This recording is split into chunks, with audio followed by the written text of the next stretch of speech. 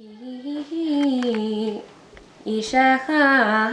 miharamatayim, Sofim mehar Ephraim, Ushmo Elkanah. The Torah is a scroll, handwritten in Hebrew on parchment, that's rolled together, and every Saturday you read a section of the Torah, and there's a sort of assigned portion that's called the Torah that sort of goes along with that section of the Torah. And each week we read the Torah and then we discuss it. And on high holidays, which are the most important holidays in Judaism, it's a real honor to be able to read from the Torah or read the Torah. Basically, there's the section of the Torah and a Torah that goes along with Rosh Hashanah. It's important in Judaism to include the community in services and in high holidays, so our rabbi asks a whole bunch of different people to read. She usually tries to ask teenagers so that they can feel involved in the temple.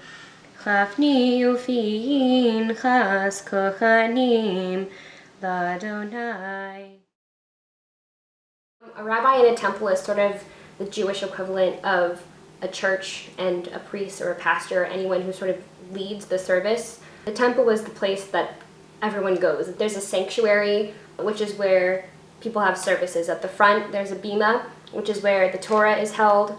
It's where the rabbi leads the service. And the whole point of a rabbi, besides leading services, is that she's someone to talk to after any important holiday in your life. And she's just sort of the one that keeps the temple together. Some of the holidays coming up are actually the most important ones in Jewish tradition. Rosh Hashanah and Yom Kippur go together, as Rosh Hashanah is the Jewish New Year, and then 10 days later, you have Yom Kippur, which is the holiday in which you fast, which is kind of weird for Jews because we usually have food that goes with every holiday, but on Yom Kippur we fast. And it's like services are basically all day. You get up in the morning and there's like a 3 or 4 hour service, and then there's services in the evening. It's sort of like Redemption Day. It's sort of like you go to the services and you take this time to sort of think about everything you've done in the last year, and you think about all the things you've done that have hurt other people, all the things that people have done to hurt you, and you take that time to forgive other people and to forgive yourself for everything that you've done, and it's sort of like a way to start fresh. And this is also a time where you allow people to say that they're sorry and you forgive them, because that's sort of part of what Yom Kippur is all about.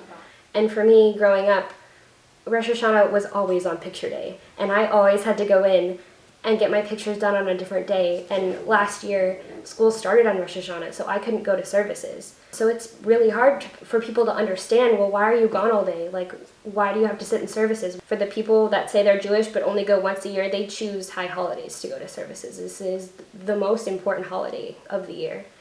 I'm Reform, which means that I definitely pick and choose what I do to celebrate Judaism. You really just get to decide what Judaism means to you. Judaism means a lot of things to me. I think it's so important to me because of the community. That's where most of my friends were growing up. That's where I could sing my heart out and no one told me that I was off key. That's where I grew up. I grew up around 50 Jewish mothers making sure that I was eating enough. It was just a really great place to be. Some people have sports, but I have Judaism. It's probably like the most important thing that I identify with. Community, I would say, is probably the most important aspect of Judaism. Everyone has different ideas. Services are the most important part. Reading the Torah is the most important part. Everyone has different ideas. In my opinion, it's community. I wouldn't have the want or the need to go to services or to participate in Jewish holidays if there wasn't a community for me to fall back on.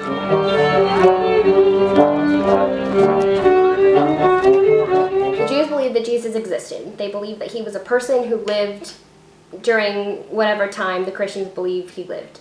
But what the Christians believe is that Jesus was the Messiah. And Jews just believe in the Messiah. They just believe that the Messiah hasn't come yet, that we're still waiting for that person, and that person isn't Jesus. And that's where they split. I was not born Jewish. I grew up as a Protestant. I converted about 3 months before I got married to my husband, who was born Jewish. And when we thought about getting married, he asked me what I would consider converting, because he felt strongly that he wanted to marry a Jew, and he'd been dating me and I wasn't. So fortunately I was open to that idea because I wasn't really connected to my Christianity at that time. In order to convert, you have to spend an entire year going through all the holidays, going to services, doing all the different things traditions that you would do as a Jew to make sure that it's really for you. So after going through the the conversion class and spending a lot of time going to services, celebrating the holidays.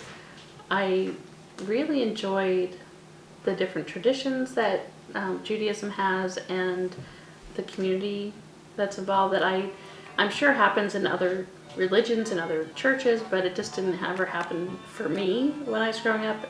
I was okay just starting kind of fresh and doing things that I felt comfortable with. There was never anything about Judaism that I was not comfortable with. So I thought, may as well go ahead and do this. Converting, I think in the beginning it didn't make a huge impact except for the people that we became friends with when we went through the conversion class. There were several other couples, and with the exception of one couple, no one else had family in the area, including us. And so that kind of became our family to celebrate holidays with. It would have been really hard to become Jewish, and now I'm doing this new thing, and we're supposed to celebrate and do holidays if it was just my husband and me. And because most of our other friends, besides from the temple, they weren't Jewish, so we didn't really have any other connection to other Jews. Right, so this is called Begawan. It's in no way a traditional Jewish event, which is the point. So what we wanted to do is, because we are basically the only major synagogue or mainstream synagogue in the city of Vancouver, or in the Vancouver region, we decided that we needed to have an event that was informal and welcoming and accessible to people that were Jewish, but were just interested in learning about Judaism and just like to come and have a good time. So before we had the synagogue, we rented a space which we called the Learning Center, and before that we actually just informally rented space in a church. So the congregation actually came before the building of the synagogue, and that's what sort of congregations do. They generally form and they do different things and sort of organize institutionally, and then they develop infrastructure like a synagogue. We're like a big extended family. So there's people that are here because they were born Jewish, there are people that are married in, there are people that just sort of decided to show up. So you think about a big boisterous household, got a lot of people involved, and Jewish people feel connected to each other, whether they're here or in Israel or in France or Australia, wherever they may be. Jewish life is more than just a religious practice.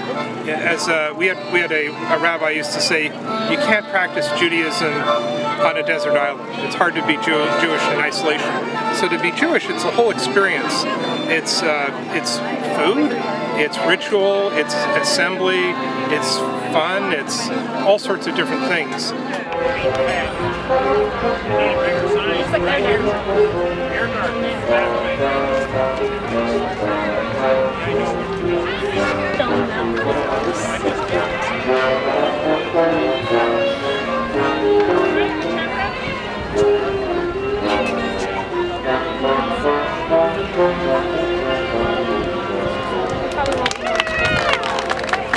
Thank you all very much, and thank you, our accompaniment.